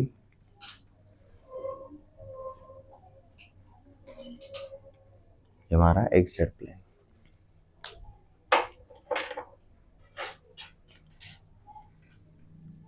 और अगर कुछ अगर जगह रहेगी तो ये ओपी जो हमने वेक्टर बनाया है, दिस वेक्टर ओपी, इसके एंगल्स बनाओ। एक्स एक्सिस के साथ एंगल बनाएगा अल्फा, वाई एक्सिस के साथ एंगल बनाएगा बीटा, और जेड एक्सिस के साथ एंगल बनाएगा ये gamma.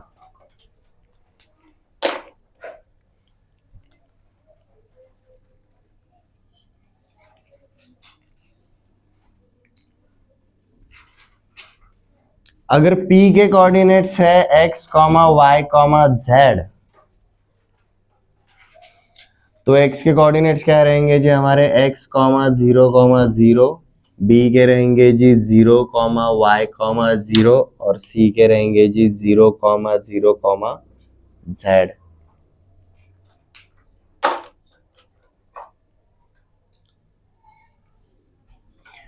q x y plane पे तो यहाँ पर सिर्फ x और y रहेगा, z 0 रहेगा। r वाई जेड प्लेन पे तो यहाँ पर सिर्फ y एंड z रहेगा, x 0 रहेगा। s एक्स जेड प्लेन पे तो यहाँ पर सिर्फ x और z रहेगा, y 0 रहेगा। ये मैं सिर्फ डायग्राम में नहीं लिखवाऊंगा, ये मैं आपको स्टेटमेंट में भी लिखवा के दे रहा हूं।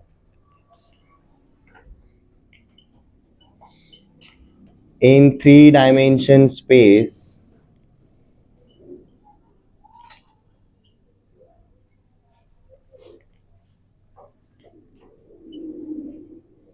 x-axis, y-axis, z-axis are perpendicular with each other.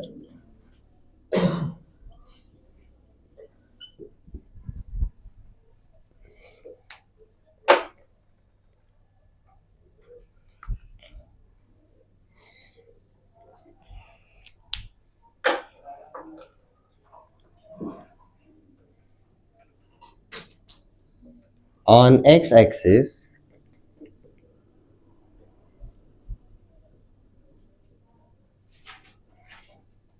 points have only x coordinate.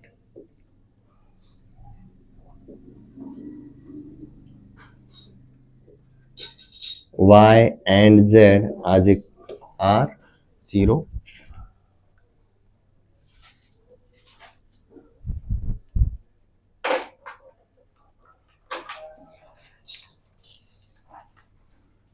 Y is equal to z is equal to 0.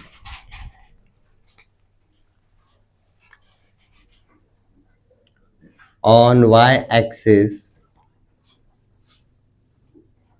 points have only y coordinate.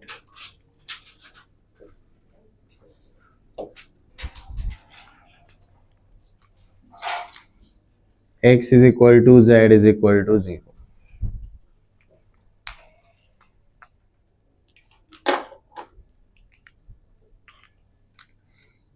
On z-axis,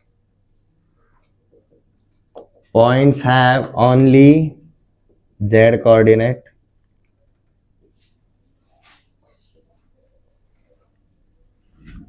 X is equal to y is equal to 0.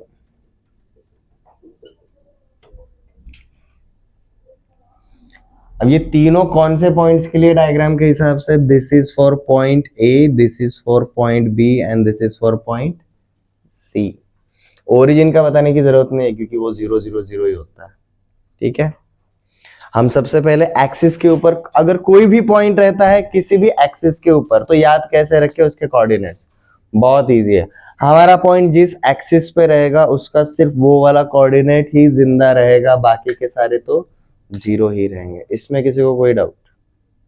पहला वाला observation ये, ठीक है।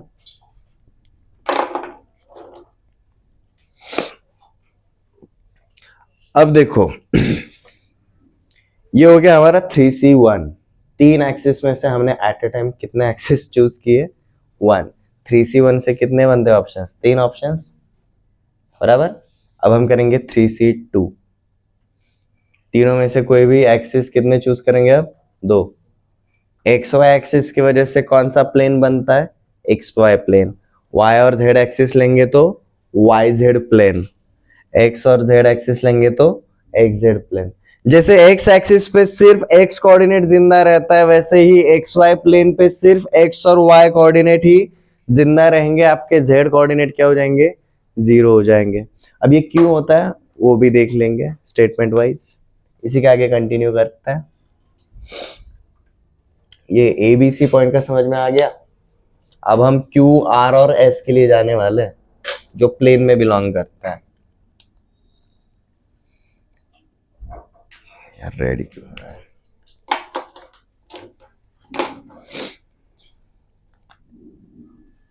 in 3D space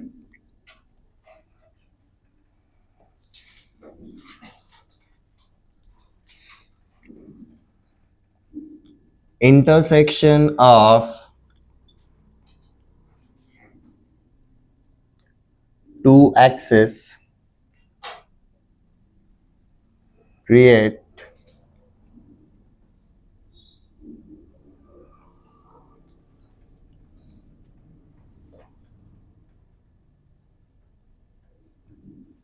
a standard plane.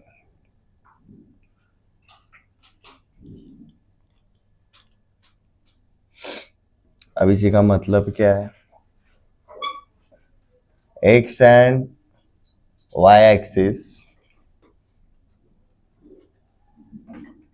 belongs in xy plane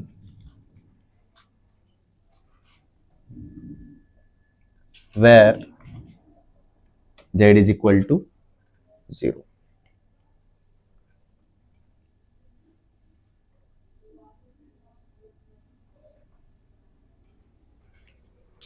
अब ये x Y पे देखो हमारा कौन सा वाला पॉइंट है, पॉइंट क्यू की बात कर रहे हैं। क्यू के कोऑर्डिनेट्स देखो आपको z इज इक्वल टू 0 है।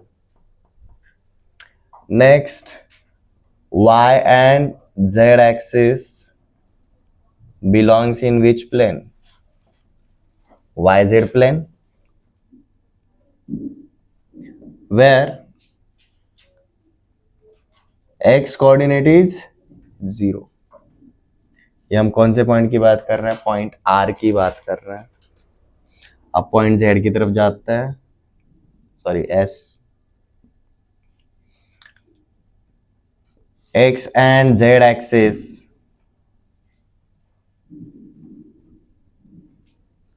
belongs in XZ plane where y is equal to 0. हमें O ऑलरेडी पता था, पॉइंट P गिवन है, x, y, z। हमने 6 और एक्स्ट्रा पॉइंट्स निकाले, उसमें से 3 पॉइंट्स कहां पर बिलोंग करते थे? एक्सिस के ऊपर। और 3 पॉइंट्स कहां पर बिलोंग कर रहे हैं? 2 एक्सिस की वजह से जो एक सिंगल प्लेन बनता है उनके ऊपर। ये क्लियर है? अब एक और पार्ट ऑब्जर्व करो जी, यहाँ पर ये जो एक्स वाई प्लेन रहता है, x y plane is perpendicular to which axis? z axis. yz plane is perpendicular to x axis. xz plane is perpendicular to y axis. तो मतलब ये तीनों एक्सिस और ये तीनों प्लेन के बीच में रिलेशन है, ठीक है।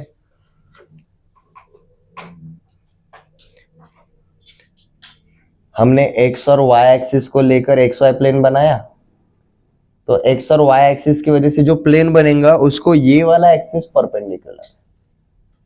हमने y और z को लेकर yz प्लेन बनाया, उसको कौन सा एक्सिस परपेंडिकुलर है?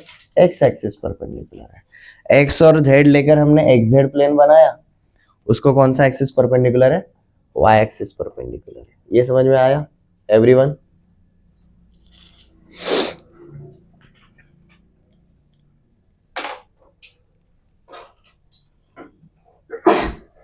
अब देखो प्लेन को रिकॉग्नाइज कैसे करेंगे इस डायग्राम के ऊपर। ये एक्सिस की मदद से हमने प्लेन बना है।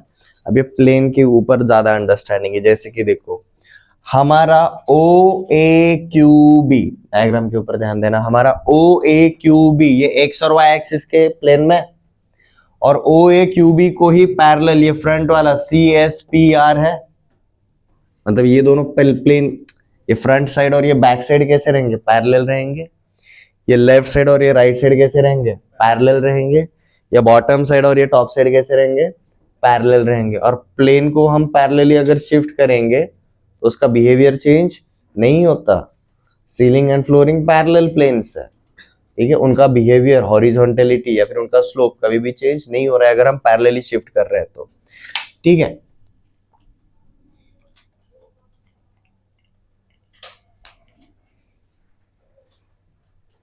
तो मतलब अगर मैंने बोला कि बी क्यू ए ओ ये एक्स वाई प्लेन है, तो ये जेड एक्सिस ऑब्वियसली उसको परपेंडिकुलर रहेगा.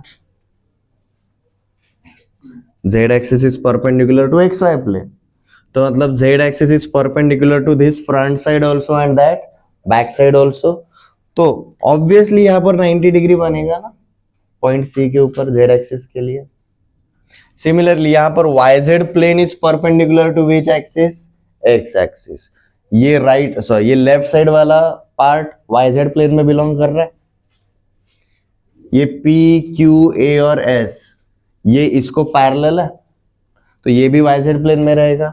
मतलब ऑब्वियसली एक्स एक्सिस और ये वाला प्लेन कौन सा एंगल बना रहे हैं, 90 डिग्री बनाएंगे.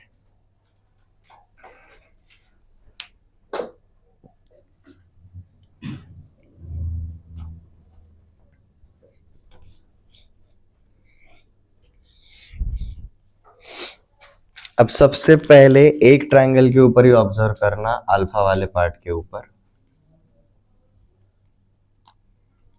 मैंने क्या किया, OP जुड़ा हुआ है, मैंने A और P को कनेक्ट कर दिया. अब ये AP ये वाले प्लेन पे बिलोंग कर रहा है, बट ये वाला प्लेन तो एक्स एक्सिस को परपेंडिकुलर है. मतलब इनके बीच में ये क्या रहेगा, 90 डिग्री बनेगा. मतलब हम क्या बोल सकते हैं, PA is perpendicular to OA. ठीक है. और ये O is origin and A is x, 0,0. तो ऑब्वियसली ये डिस्टेंस क्या रहेगा हमारा, x रहेगा. ठीक है. So in triangle OAP, in triangle OAP, OA is perpendicular to AP. OA is perpendicular to AP. But OA आपका मतलब बेसिकली कौन से एक्सिस पे बिलोंग कर रहा है जी, एक्स एक्सिस पे. और OA और AP अगर परपेंडिकुलर है तो ये ट्रायंगल कौन से टाइप का ट्रायंगल बनेगा, राइट एंगल ट्रायंगल बनेगा. और राइट एंगल ट्रायंगल का हाइपोटेन्यूज भी होना चाहिए. OA is perpendicular to AP, तो हमारा हाइपोटेन्यूज क्या रहेगा, OP. Vector OP is hypotenuse.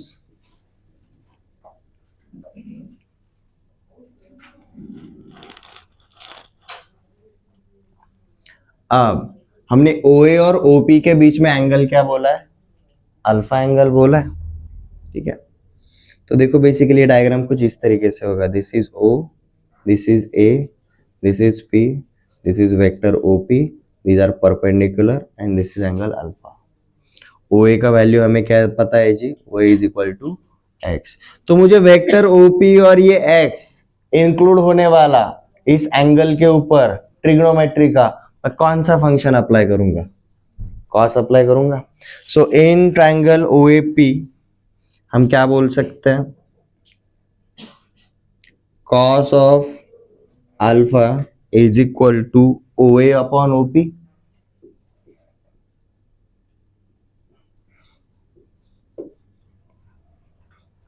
Adjacent upon hypotenuse रहेगा, OA अपॉन OP रहेगा.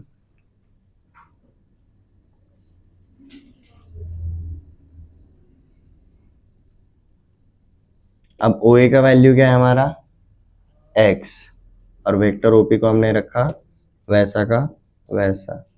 ये मिला जी हमें cos अल्फा. सिमिलरली अब जैसे हमने OAP के लिए किया वैसे ही हम किसके लिए देखेंगे जी, OB एंड P के लिए. अगेन ये परपेंडिकुलर है, OP is hypotenuse, OB is adjacent to angle beta. ये y डायरेक्शन में ही रहेगा ना बस. तो अब हमें ये OP हाइपोटेन्यूस और ये OB एडजेसेंट साइड इन्वॉल्व होने वाला बीटा के ऊपर कौन सा फंक्शन लगाएंगे, अगेन कॉस लगाएंगे. वहां पर हमें क्या मिलेगा, cos beta is equal to y upon vector OP. Similarly cos gamma is equal to z upon vector OP.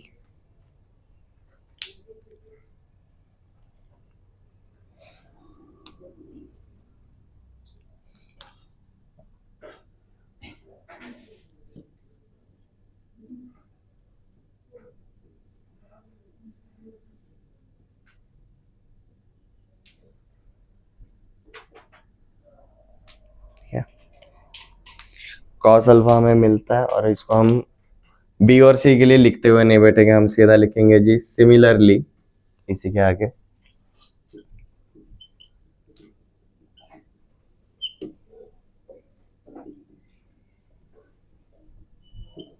in triangle OBP and triangle OCP we have cos beta is equal to y upon vector OP and cos gamma is equal to z upon vector OP। ठीक है, सबसे पहले ये alpha beta और gamma हमने क्या assume किए, these are angles made with x axis y axis and z axis respectively. तो इन्हीं एंगल्स को हम अब कौन सा फंक्शन लगा रहे हैं, कोसाइन वाला फंक्शन लगा रहे हैं, that is cos alpha cos beta and cos gamma. और ये कैसे मिलता है, बहुत इजीली मिल जाता है। एक्स क्या है, ये एक्स कंपोनेंट है, y is y component, z is z component, right. तो मतलब हम किसी भी कंपोनेंट को उसके वेक्टर से करेंगे, एक्स वेक्टर के साथ करेंगे तो हमें अल्फा वाला कोसाइन मिलता है, जे के साथ करेंगे तो बीटा वाला कोसाइन मिलेगा। ये कहां से आता है, समझ में आ गया, ये एग्जाम में पूछा नहीं जाता, this is just for understanding.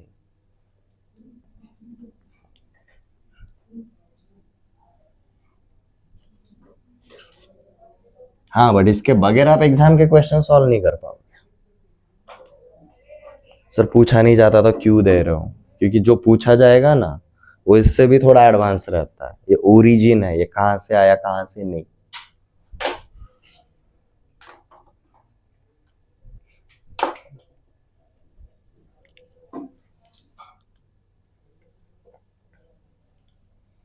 तो अपने हेडिंग डाला रहेगा, डायग्राम बनाया रहेगा, हमने जो स्टेटमेंट्स लिखे वो सब लिखा रहेगा, यहां तक भी लिखा रहेगा, ठीक है। Now we will start. Late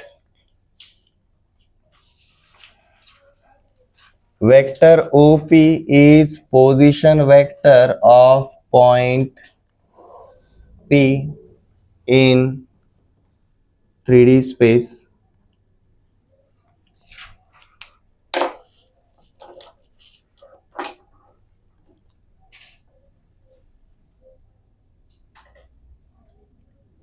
making angles alpha, beta and gamma with x-axis, y-axis and z-axis respectively.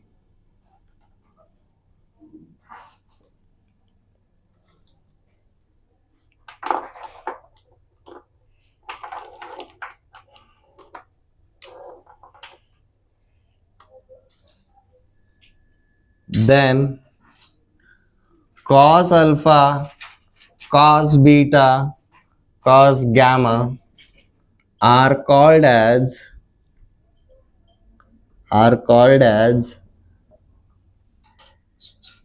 direction cosines of vector OP।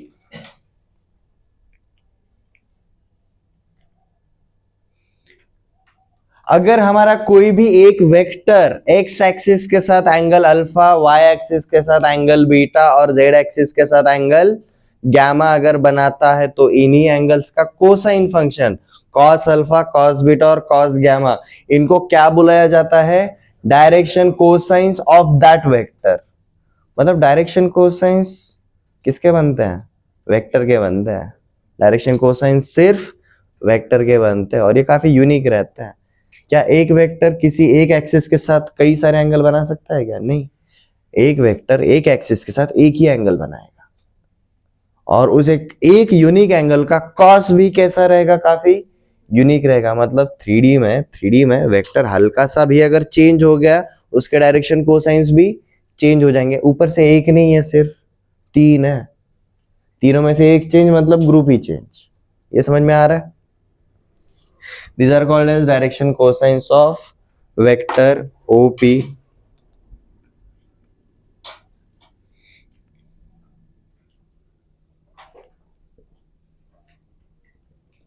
Direction cosines are generally represented as direction cosines are generally represented as, हम ये पूरा लंबा चौड़ा cos alpha cos beta cos gamma लिखते हुए नहीं बैठते। cos alpha को हम क्या लिखेंगे स्मॉल l, cos बीटा को हम क्या लिखेंगे small m and cos gamma को हम क्या लिखेंगे स्मॉल n।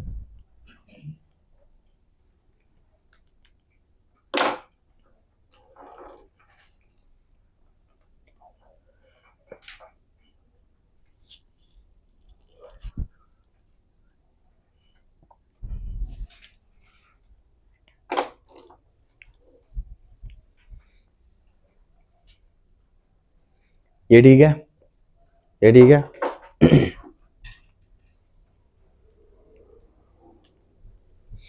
अब देखो ये cos अल्फा cos बीटा और cos गैमा को हमने l m एंड n लिखा हुआ है, बट हमने cos अल्फा को और क्या लिखा था जी वहां पर, cos alpha is nothing but x upon vector op, y upon vector op, z upon vector op। और ये x y z क्या थे हमारे पॉइंट p के कोऑर्डिनेट्स थे एवरीवन, एवरीवन। तो x को अगर मैंने इधर रखा तो ये क्या हो जाएगा जो OP multiplied with l cos alpha.